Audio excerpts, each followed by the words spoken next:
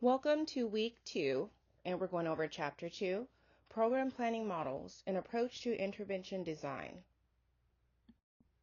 For program planning, there are many models that we are going to discuss this chapter. I'm going to go through them. You don't have to fully understand them because there's classes on these programs and these models specifically, but I want you to have at least a vague understanding of how they might work or apply to community health. The general program planning model is composed of the following 6 steps, and on the subsequent slides we are going to discuss each of these steps. So there's a needs assessment, priority setting, goals and objectives, methods and implementation, evaluation, and budgeting. The needs assessment is the first step in developing a public health program or an intervention that is going to benefit the health of the community, and it is important to understand who the priority population is. Who are they? What are they dealing with? What can be done to improve their health outcomes? The purpose of doing a needs assessment is to make sure you have enough information about the target population so that way you or the other scientists or planners are able to come up with ideas and programs that would fit this target population. Data sources come in 2 forms, so primary data and secondary data. Primary data is any data that's collected by the planners, and those would include surveys that are administered and could also be created by the planners and administered to the target population. They're going to have interviews, so they could interview a few people. They could have a group interview, which would be a focus group. There could be community forums to get everyone's input and to know exactly what they are dealing with. And then there is secondary data, and that would be from pre-existing records. That would be from the government or from the health department. It also includes unemployment records, census data, and any national sources of data that might fit this target group.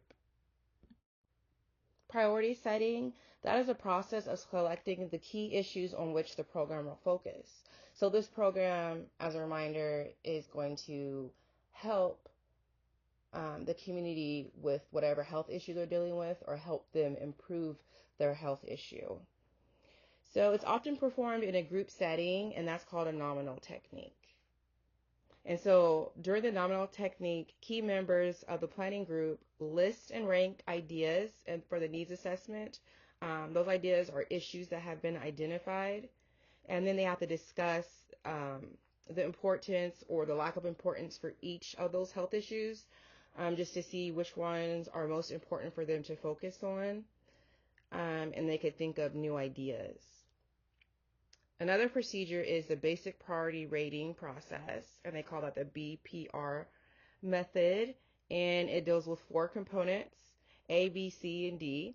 So A is the size of the problem, B is the seriousness of the problem, C is the effectiveness of the intervention, and D stands for propriety, economics, acceptability, resources, and legality. So they're all given a score, and then they're inserted into a certain formula, and that's just to make it more so to take the emotions out of it and for people to focus on what exactly is important, more of a scientific way of deciding what's important instead of having a group of people arguing over what they think is important, what they should deal with. So the BPR method is supposed to deal with that, but some people will focus on the prioritization matrix just to make things simpler. And they'll just think about what's more important. So they divide things into 4 quadrants. And it's sort of like writing it out. It's something that's visual that people could use. They might write on a whiteboard or a sheet of paper, sort of like a SWOT analysis, if you've ever seen how those are laid out, but you just divide the information into groups of 4, and you want to see how important something is and the changeability. And on one side, you have things that are high priority, low priority. On the other side, you have high changeability and low changeability. So how likely are you able to make changes with this population, or how likely or how important this is for this population. So looking at it that way, sometimes people are able to utilize less time um, and focus more on their resources as far as making decisions fairly quickly, but still sticking to their objectives. As mentioned on the previous slide, the BPR process, and in your textbook, if you have it in front of you, this is listed on page 23. As I mentioned, it's just a way of looking at which health issues should be administered, and for those health issues, which type of intervention or ideas should be used to address these interventions. Determining the specific audience. So some researchers use segmentation, and that's to ensure that the program is designed appropriately for the audience, so it could be effective. So they make sure the people in the audience understand what's going on, and they understand how to be part of the solution and part of the process. So sometimes groups are broken into segments. People are broken into also subgroups, and that way they're able to focus on the group that within those subgroups that might have the highest need for change. When it comes to public health and interventions, it's always important to focus on goals and objectives. So it's based on the identified priorities. It determines every aspect of the program. Everything that is part of the intervention has to go back to the goals and objectives. So the goal is a broad statement of intention. So what are you trying to accomplish overall? And the objectives are narrow and smaller steps in between that help you reach your goal. So the goal is the broad statement. The objectives are the smaller steps, the concrete steps. And as far as these go, there are 4 levels of objectives, which we're going to go over: process, learning, impact, and outcome. Levels of objectives. So we begin with the process objective, which guides the program. It also focuses on the details of running such program. So it deals with allocation of resources, allocation of materials, how appropriate the activities that are being included in the intervention, how appropriate they are for the target population and also for the health issue that is being addressed, and making sure that the audience or the target population that they are part of the objectives. As far as learning objectives go, it's the process of educating the audience. So educating the people that need the help. You need to make sure that they learn the skills as far as changes in awareness, knowledge, attitudes, just to make sure that they know how to make changes and how to continue on those changes after the intervention has been implemented, so they can have continuing positive changes. An impact objective sets targets for how much the behavior or program will change throughout the program. So we just have to know how much impact there's going to be and how much this is actually going to change the audience, going to change their knowledge, their attitudes, or their beliefs. And that is also something that is measurable. Outcome objectives describe the outcomes of the program or in our long term. Methods and implementation.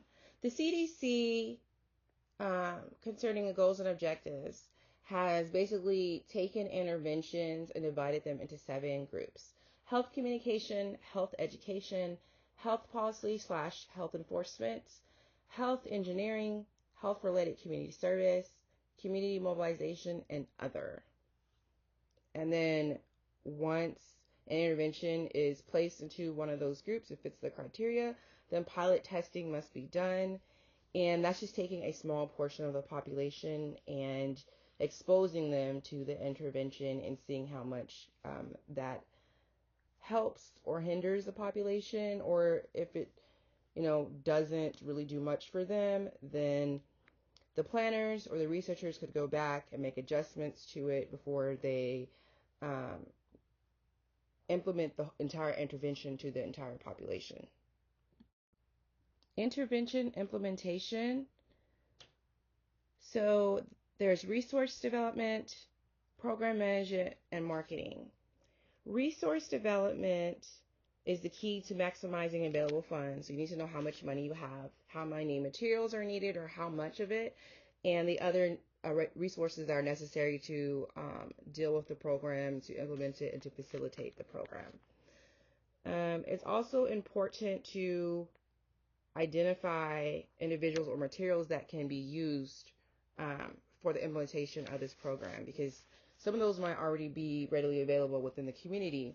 They just might not have known that they were needed.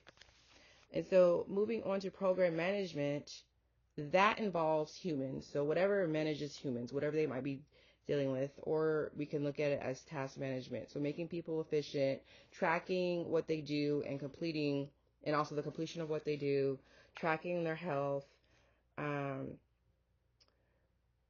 and thinking about fiscal management and risk management. So anything that's dealing with humans is basically what program management is.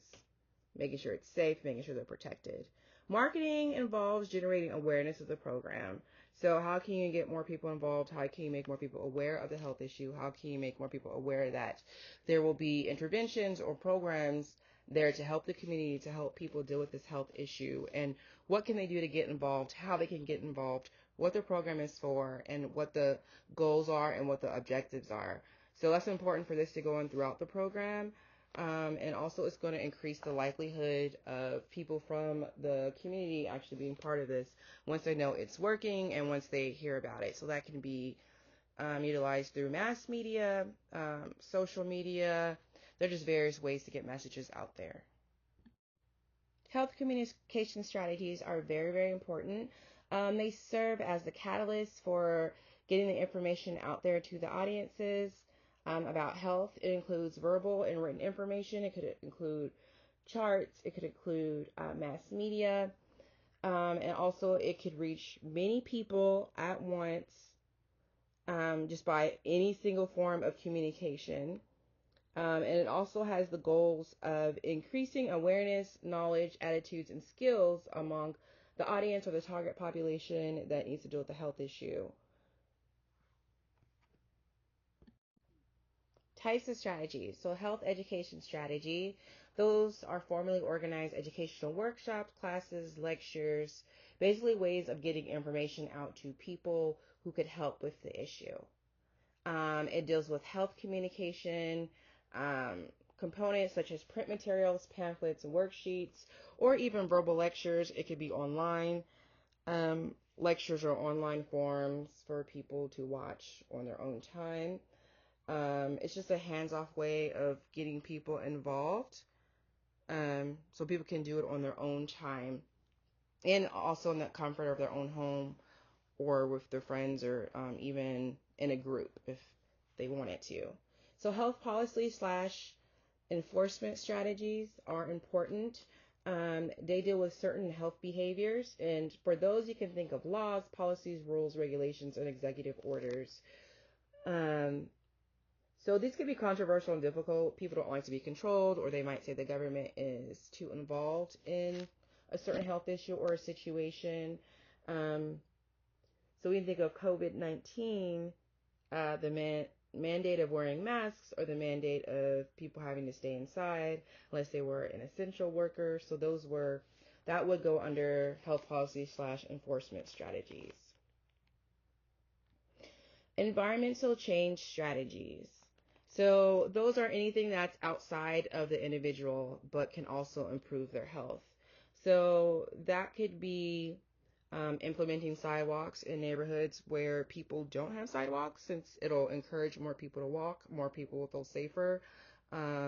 It's having no smoking signs so other people who aren't smokers are not exposed to smoke. And these things are basically used to change the environment in order to help the person have better health.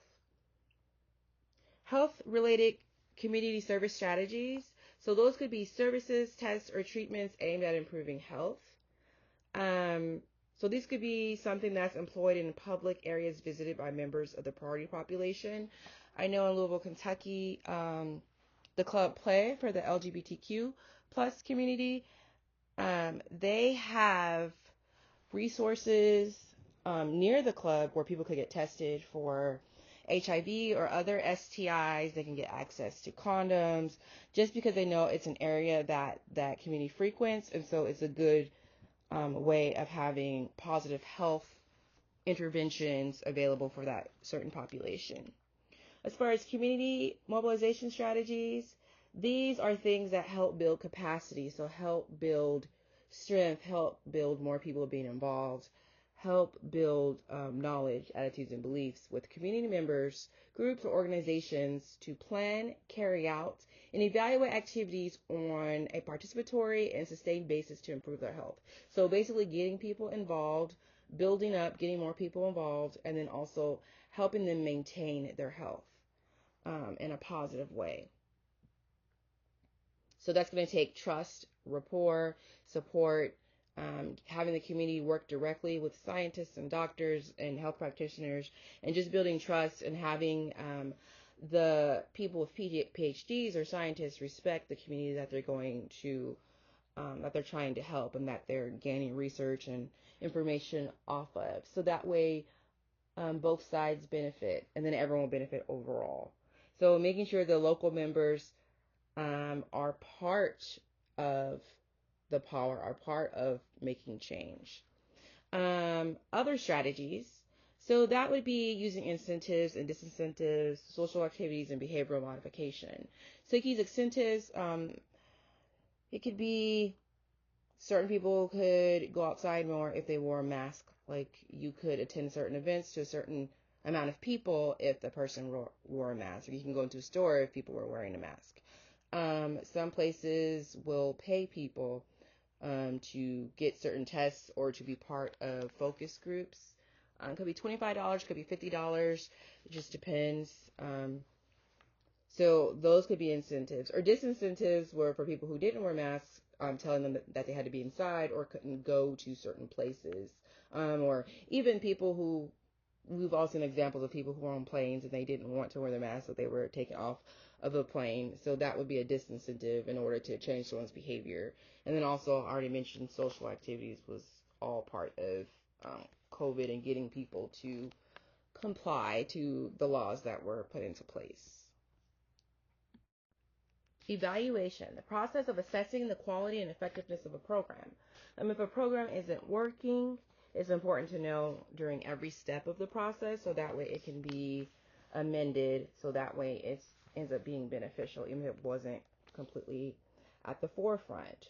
But it also holds everyone accountable who's involved, and it also holds everyone involved to the stakeholders accountable, so the stakeholders know what's going on and they can be part of the changes, and also keeps the community involved to know what's going on and how it's going to benefit them. So the CDC has a framework for evaluation that has 6 steps. So step 1 is to engage stakeholders. And so those are people who are part of the program, and anyone that's affected by the program would be a stakeholder. If anybody who is affected would end up having a vested interest in it. So it could be community members, people who work in the area, family members of people who work in the area, businesses in the area. Step 2 would be describe the program in a way that clearly communicates goals and objectives.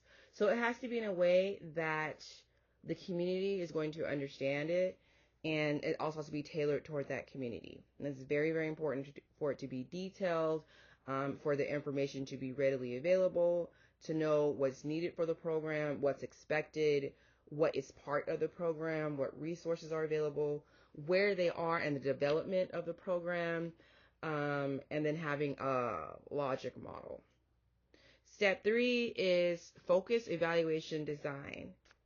So that involves directing evaluation activities toward the needs of stakeholders. So we want to know exactly what are the needs of the stakeholders. And those are, like I mentioned before, those are people with a vested interest. So those are people who are going to be affected by the health issue changing for the positive or for the negative. And they need to know exactly how that's going to come about. So what's the point? What is the purpose? What are the questions? How is this going to be done? And what are the agreements that have been made? And how is this going to affect them in the future? Also gather credible evidence. So that is step 4. And so it could be used in a framework, but that just involves making sure that the information is completed and it's scientific and, all the correct steps have been taken. Step 5 is to justify the conclusions. So it has to be drawn from proper interpretation of sound evidence and analysis. It can't just be something somebody wanted to happen, even though the evidence isn't there in the research. And step 6 is ensuring the use and sharing lessons learned. So you have to make sure the program is actually going to be used and what was learned, even if it was something that, they didn't know was going to be learned or that they didn't find positive. It's just important for others to know so they can build off of the previous programs. Types of evaluation. So the first one is a process evaluation. The process evaluation is ongoing during the program. And that's just important to make sure that the program is actually working and to make sure that activities are actually useful. Make sure the materials are actually being delivered and are actually useful materials, and just take into account like how many people are part of the events and if it's helping the people that are part of the events. Making sure that the program is focusing on the original plan and sticking to that. Making sure the information is clear, it is true, that any gaps that might have been laid out are identified and addressed. Make sure the procedures are being followed, keeping everyone accountable to one another, thinking about places in the program that need to be adjusted, and then it will clarify the relationship between program components and outcomes. So it's important to just keep attendance of who is involved, the demographics of the population, how happy people are with the program, and then the updates and status of the program activities. For impact evaluation, it measures the program's immediate effects. So you have to make sure that goes back to establishing the objectives from before. So the impact, so what's happening now as far as an impact from the program should match up to what we want it to happen. And if it's not, then we need to go back and adjust somewhere to make sure that we're getting the positive impact that we want when it comes to people's health. So you have to look at the initial program's goals and objectives and just make sure everything is working the way it should. And just keep track of all the changes that were a result of the activities and just seeing if those should be adjusted for the future. So some people, in order to do that, they'll do like a pre-test and post-test just to see if, like when you think about the information that people know as far as knowledge, have a test from before the program was implemented and then a test after the program was implemented. It could be after maybe somebody had 1 or 2 sessions of education or even a focus group and then a class. So that is one way of looking at knowledge people had from before. Or even you could include skills and behaviors along with those. Other things people do are surveys, interviews, and they'll test people's skills, like maybe having them explain something like a routine appointment or routine administration of a medication. And then you could also compare that to those who did not have the intervention, so those who did not have the health class, to see what their knowledge is versus those that did have the class. Of course, that's more difficult than testing somebody, the same people before and after, but you still get an idea of what is working and what's not working. So sometimes you can look at changes on the individual level with the individual person, or you can look at changes with groups. So that could be a cross-sectional study And if you think of that, that's like census data or political polls. And then outcome evaluation assesses the overall effectiveness of the intervention. So did this intervention work? Did you achieve the goals that you set out to achieve by having this program? Did it achieve other goals? What are some intended consequences and then unintended consequences? How can this be implemented long term? What has changed in the short term when it comes to behaviors, attitudes, knowledge, beliefs, and skills? And then what has changed in the long term when it comes to attitudes, beliefs, knowledge, and skills and health outcomes? And you could include information about morbidity, which would be health conditions, or mortality, which would be death. Budget. So basically, it is very important to think about money when it comes to implementing a program, because you have to know how much money you need up front, how much money you need to continue the program, and then how much money you need after the program to sustain it. And that involves materials, balancing the budget, people, research. You might need a building in order to implement the program. So there's just a lot that's involved. So it's important to budget. There's different types of budget. There is line item budgeting and activity-based budgeting. So line item budgeting is simple and generalized system of anything that has been used or done with the program and totaled, so you can know how much it's going to cost in the future, how much you're going to need later on. And then there's activity-based budgeting, but which that's more time consuming, but it's also more practical when you're dealing with growth and change over time, which would, be pretty feasible when you're thinking about a program that you want to be sustained for a long period of time. That could be, 10, 20 years having a program. You also want to make sure the activities that you deem that are important and vital are fully funded. So, and it's important to keep track of, how much is invested in one area and how much that affects that population in a positive way, because sometimes money might need to be moved around. So the focus could be on another type of activity.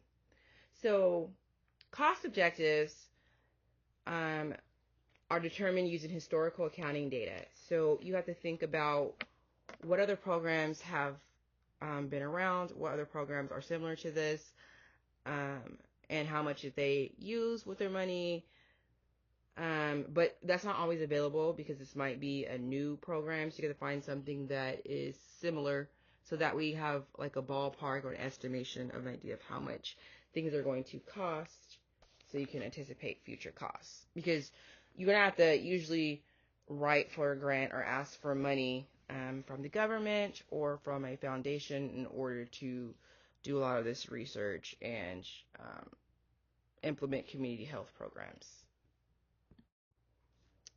We're going to discuss the pre-seed proceed model, and it's the most used and most recognizable model in public health. So pre-seed stands for predisposing, reinforcing, enabling constructs in educational, ecological diagnosis and evaluation. And proceed stands for policy, regulatory, and organizational constructs in educational and environmental development. So this information is located on page 36 and 37 of your textbook. You are going to have the model laid out, figure 2-3 on page 37. It could look confusing, but like I said before, you don't have to have a full understanding of these models. It's just to know that they exist and the basics when it comes to these models. So the pre-seed proceed model has 8 phases that's included in it. And it's going to be phase 1 deals with assessing the overall quality of life. So that's just thinking about the health issue that the target population is dealing with. What is their quality of life? What can be done? Like, what is the health issue? What is the problem, basically? And then phase 2 deals with the epidemiological assessment, and that's just thinking about what are people dealing with when it comes to health, what are they dealing with when it comes to behaviors, anything that could be genetic or anything that's in their environment. that needs to be focused on. Phase 3 identifies predisposing, reinforcing, and enabling factors. And so those could be pre-existing traits that affect an individual or their community. Do people have motivation? Do they have certain behaviors? What are some enabling factors? So things that are outside of the person that either hinders or aids the person in making changes to their health. And so are those things that precede the behavior? Do they interfere with access to care? Do they deal with availability of resources? Are there laws dealing with the issue? So you have to look at all those things when it comes to phase 3. And then also part of phase 3 is reinforcing factors. So what helps the behavior continue in a positive way? What makes somebody continue on and on? What makes them choose what's positive or what's negative for their health? As far as phase 4 goes, it's the administration and policy assessment and intervention alignment. And that's just to make sure that the laws or the mandates are going to go hand in hand or going to benefit the population. So we have to make sure that whatever we're trying to do is going to deal with an issue or something that's causing the issue, which would be the determinant of an issue. So you can map those out, like you can say smoking deals with a behavioral factor, like make a line going to that, and you can look at as far as like an environmental factor, as I've already mentioned before, the lack of sidewalks. So maybe that's preventing people from exercising enough in that area. I mean, of course, people could exercise, but it's not helping. It could be more of a hindrance. So those are things that you have to look at and then just make sure that the mandates or the policies are actually matching up with something and it's going to make it better. And then are there gaps? Like, are there health issues or behaviors or traits that don't have anything that's focusing on it to make it better? Phase 5 is implementation of the model. And, as I mentioned before, an evaluation is continuously performed throughout the intervention. So you just want to make sure that has been implemented correctly. As far as phase 6 goes, it's the process evaluation, assessing the intervention as it occurs to monitor whether the initial plan is being followed. If it's not being followed, of course, to make adjustments, but it's basically evaluating what's going on during the process. And the impact evaluation is phase 7, and that's just looking at or assessing or evaluating the immediate effects of the intervention, and that's what we call an impact. So has this made a difference? Is it going to make a difference?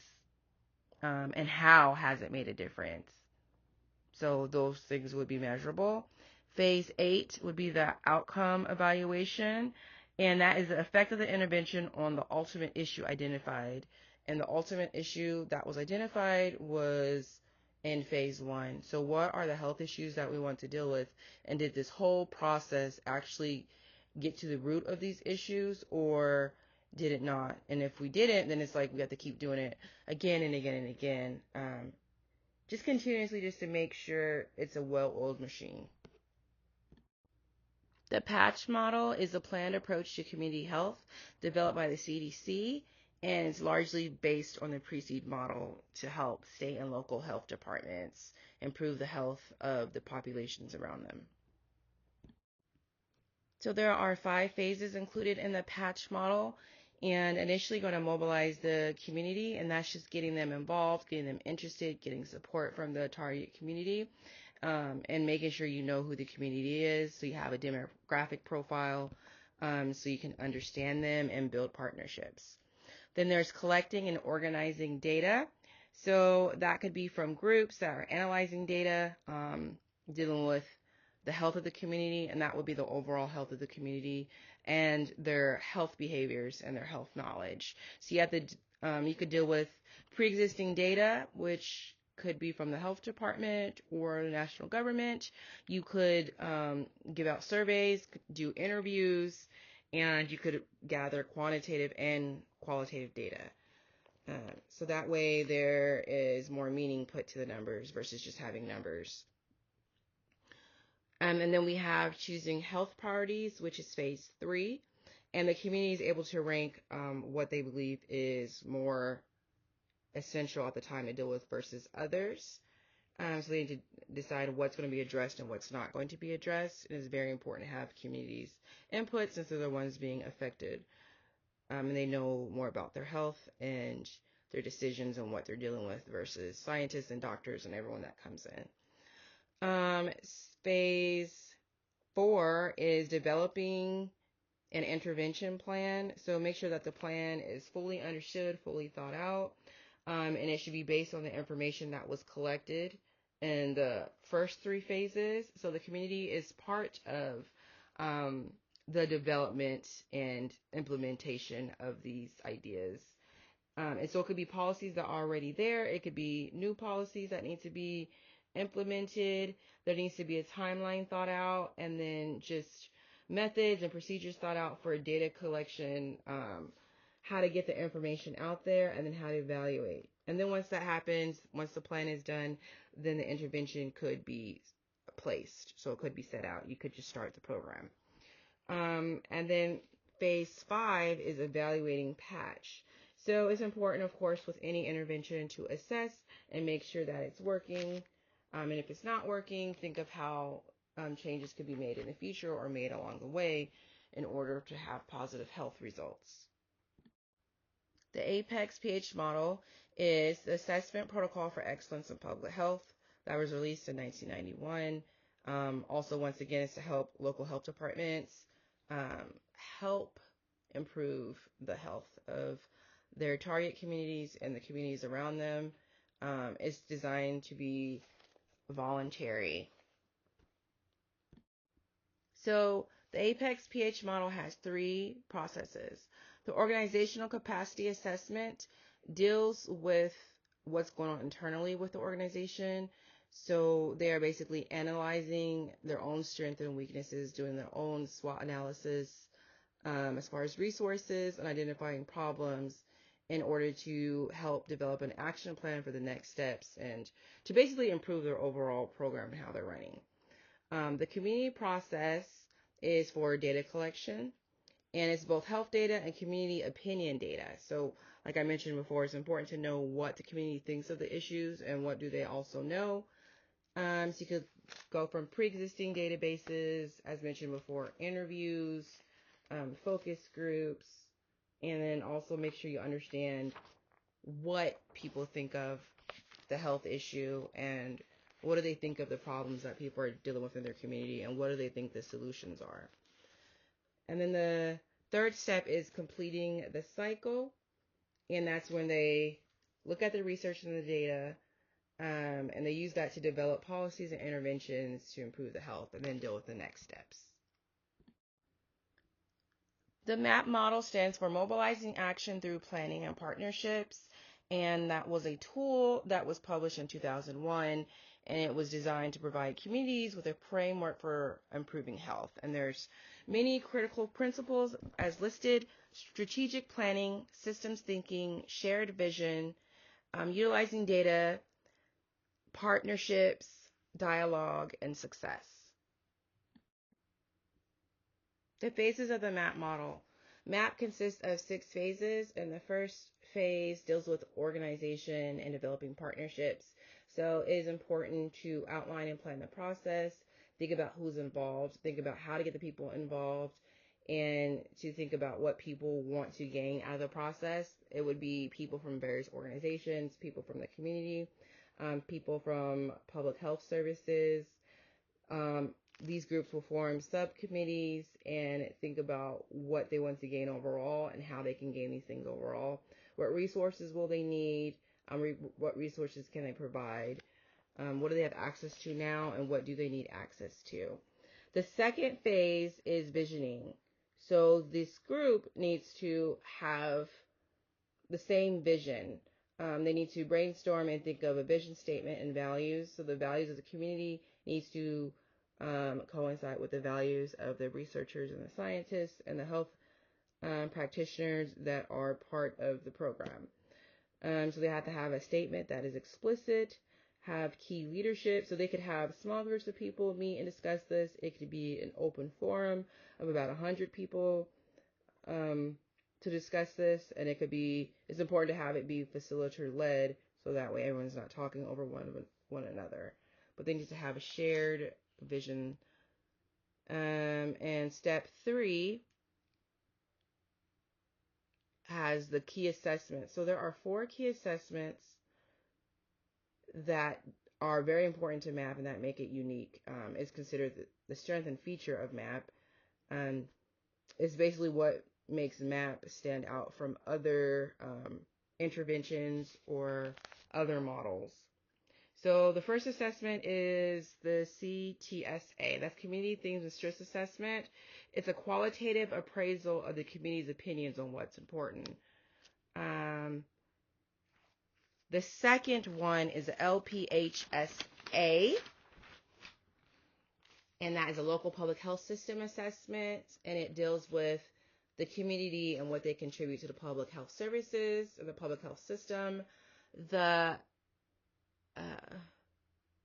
CHSA, the Community Health Status Assessment, identifies and prioritizes the current health issues that the community is dealing with. And the FCA, Forces of Change Assessment, focuses on what's currently affecting the people and how it could affect the people or that community in the future and how it could affect their quality of life. The fourth phase of MAP is to identify strategic issues.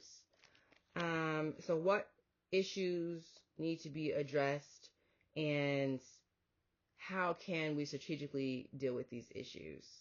So that they think of a list of all the potential strategies to deal with these health issues, and then they have to discuss each one and then knock some out and then focus on the ones that they think might be the best. Like some issues overlap, so they could be grouped in together, but there's other issues that they might think would be the best that they might just need to focus on and have them in order of importance. Because everything can't be accomplished all at once. And also we need to know what's important to the researchers while taking into account what's really important from the community, which is the most important in improving people's health and getting the community mobilized.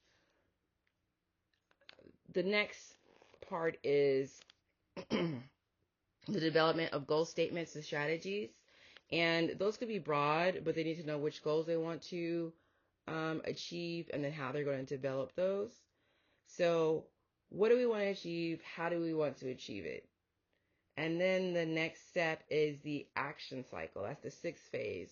And that includes planning, implementation, and evaluation of the program.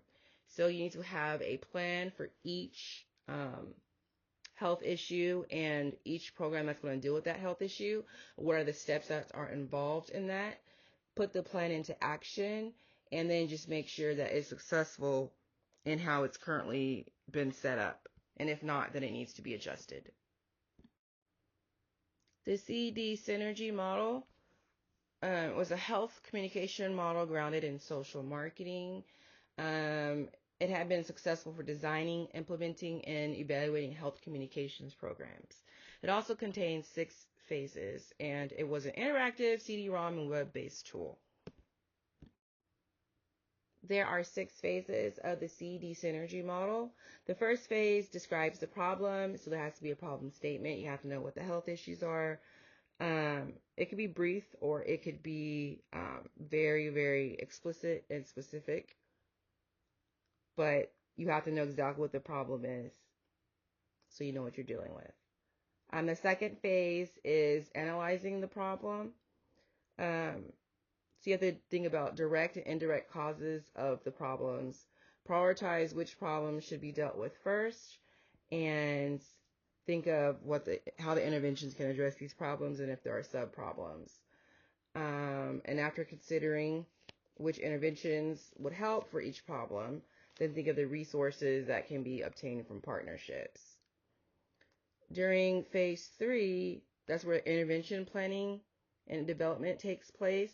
So planners determine which communication will be important for the intervention, which could reach more people, which would be more effective, and then make sure they have communication goals written out for the different types of people and the target population and how they're going to understand this information. So some people, it's better for them to look at pictures or look at pictures, site numbers. Some people need maybe a scene acted out. Some people would rather look at statistics. So it just depends on who the target audience is and making sure that they understand and are able to take in this information for it to be the most effective. And so you have to think of different ways of dividing groups. It could be based on age, it could be based on education, it could be based on neighborhoods, but just take all that into account. So phase 4 is intervention development. It's important to have a brief objectives as a guide. So planners and partners will work together to select and test the creative concepts, messages, and materials that will make up the intervention. They have to make sure the intervention is going to be beneficial, the communication is correct, the activities are correct for the target group, and the materials are sufficient and well developed. They have to use pre-test and post-test and just make sure everything has been finalized and presented to stakeholders to make sure they have support. It's very important to just keep the stakeholders involved so they can give their input throughout the process. So remember, the stakeholders also include community members too.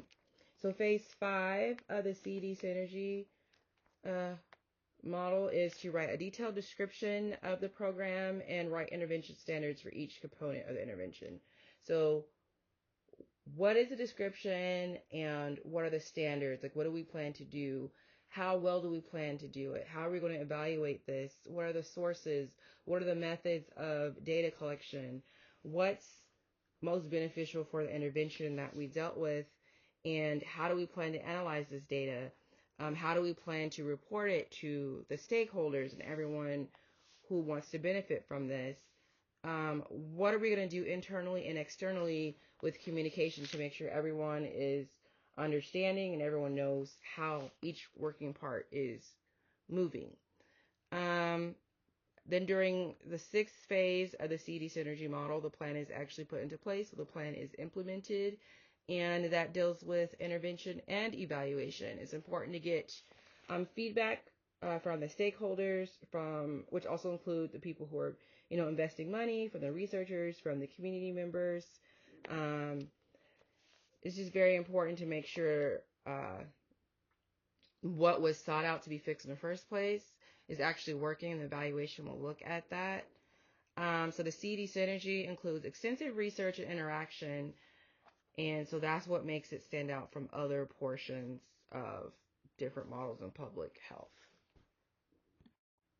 Logic models. So some people in public health love using logic models. It's just a drawn out model that specifies what you're looking at, what you want to change, how you're going to change it, what you're going to do, who's all involved. So basically what has been detailed in some of the other programs, but this is a picture of it. So it's more simplistic and it lacks detail, but it can help people visualize how a program is working. However, most people use a logic model alongside another type of model. Key components of logic models. There's a basic structure when it comes to a logic model. The inputs of the logic model are resources that are basically put into the program or intervention. So that could be people, materials, money, partnerships. Activities are like, what is the program doing? So it could be education, it could be a mass message campaign. Outputs are the results. So what are the results of the education or the mass messaging?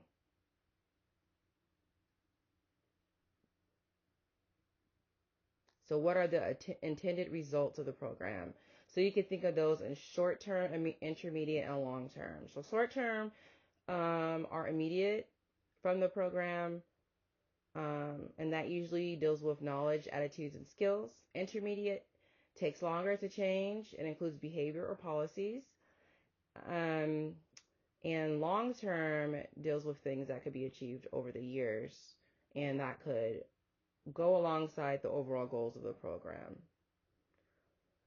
And other components are often incorporated, such as impacts, assumptions, and external factors. So impacts go beyond the long-term outcomes. They address the ultimate effects of the program. So what exactly happened? What is the impact of the program on the overall community? Assumptions are the planner's ideas about how the program will work. So we all assume how something's going to work. We might not know at that point, since it's a logic model, but we're assuming what we're going to get out of this and how this will affect the participants, what will be the purpose of it, how will it function, how will people understand the information, how long it will last. External factors are those that describe the larger environment where the program operates, so that can impact the success of the program. That should be accounted for. So that could be things like the economy, culture, politics, cultural norms, cultural values. That could be religion. It could be whatever is going on in society at the time.